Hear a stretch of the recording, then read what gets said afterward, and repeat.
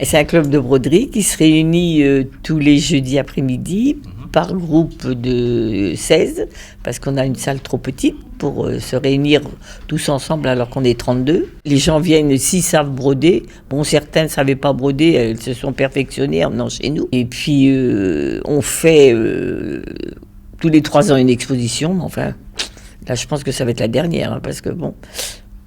Et donc on fait, quand c'est cas-là, il y a des thèmes pour l'exposition. Voilà. Et on fait également des petites choses qu'on vend et qu'on vend à la fête des associations aussi. On fait des jolies choses, quoi. On fait des jolies choses. Et ces réunions permettent justement aussi de se rencontrer, de voir d'autres personnes. Puis il y a beaucoup de personnes seules, donc on se retrouve et puis on parle de broderie, on se donne des conseils l'une ou l'autre et tout ça. Alors il y en a, nous on brode, il y en a qui encadrent, il y en a qui font des boîtes et voilà quoi. Chacune aide celles qui ne savent pas coudre. Leur ouvrage est terminé par d'autres personnes. On s'entraide entre nous, quoi. D'accord, donc quelqu'un qui ne sait pas broder, qui a envie de connaître, il trouvera matière. Oui, mais de préférence, on prend les gens qui savent broder un petit peu, qui ont déjà un petit peu, savent un peu broder. Mais on a déjà appris à broder. On a une petite handicapée chez nous. Hein. On lui a appris à broder. Maintenant, elle a fait des choses. Hein.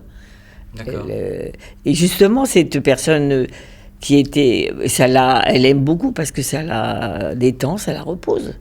Et pendant des années, 9 ans, je crois qu'on a fait au collège aussi.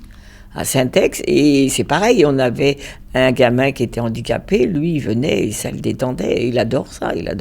Apparemment, bon, il y a quand même pas mal de retraités dans votre association. Ben oui, c'est plutôt des personnes âgées. Bon, on a quelques femmes qui travaillent, qui viennent le soir quand même, mais bon, et malheureusement ça se perd un petit peu là, c'est plus trop la mode. Hein. Il y a eu un moment. Vous n'avez jamais tenté de lancer des programmes auprès des écoles ou même auprès du collège pour qu'ils découvrent. On a fait au collège, mais ça marchait plus à la fin. On a fait 9 ans au collège. Hein. On y allait tous les vendredis midi, nous, de midi à 2h pendant leur repas, l'heure du repas. Donc ils mangeaient très vite à la cantine et ils venaient après chez nous. Et on a fait 9 ans, mais après ça prenait plus, ça prend plus. Hein. Même chez les jeunes femmes, ça prend. C'est pas terrible. Les jeunes femmes, elles veulent coudre ou tricoter en ce moment, c'est la mode du tricot. Ou même la couture, elles reviennent un peu à la couture. Oui. Mais la broderie, non. C'est quoi la difficulté de broder ? C'est-à-dire que, bon, il y en a qui disent qu'il faut avoir des bons yeux. Moi, je n'ai pas spécialement des bons yeux, parce que j'ai un problème à un œil. Faut avoir la patience, parce qu'en fait, ça va... Le tricot, ça va vite. Il faut avoir de la patience, c'est long. Il faut savoir compter, mais ça, je pense que tout le monde sait compter. On prend le diagramme d'un côté et la toile blanche vierge de l'autre. On prend un coton... Et admettons, d'après un signe, on sait que c'est la couleur, admettons, vert. On prend du fil vert, et s'il y a 3 petites croix vertes, on les fait 3 petites croix vertes sur notre tissu. Avec le même sigle. S'il y a un autre sigle, c'est une autre couleur, on reprend un autre fil et on fait le nombre de croix qu'il y a avec le même sigle. Et chaque sigle représente une couleur.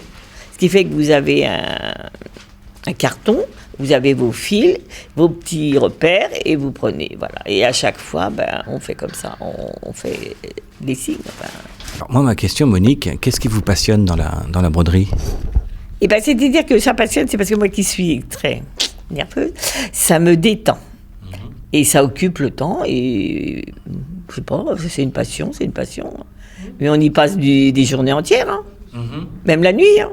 Il y en a qui brodent la nuit, Annie qui brode la nuit, moi aussi je brode très tard. Ah oui, il faut que je brode tous les jours, c'est une drogue, enfin presque.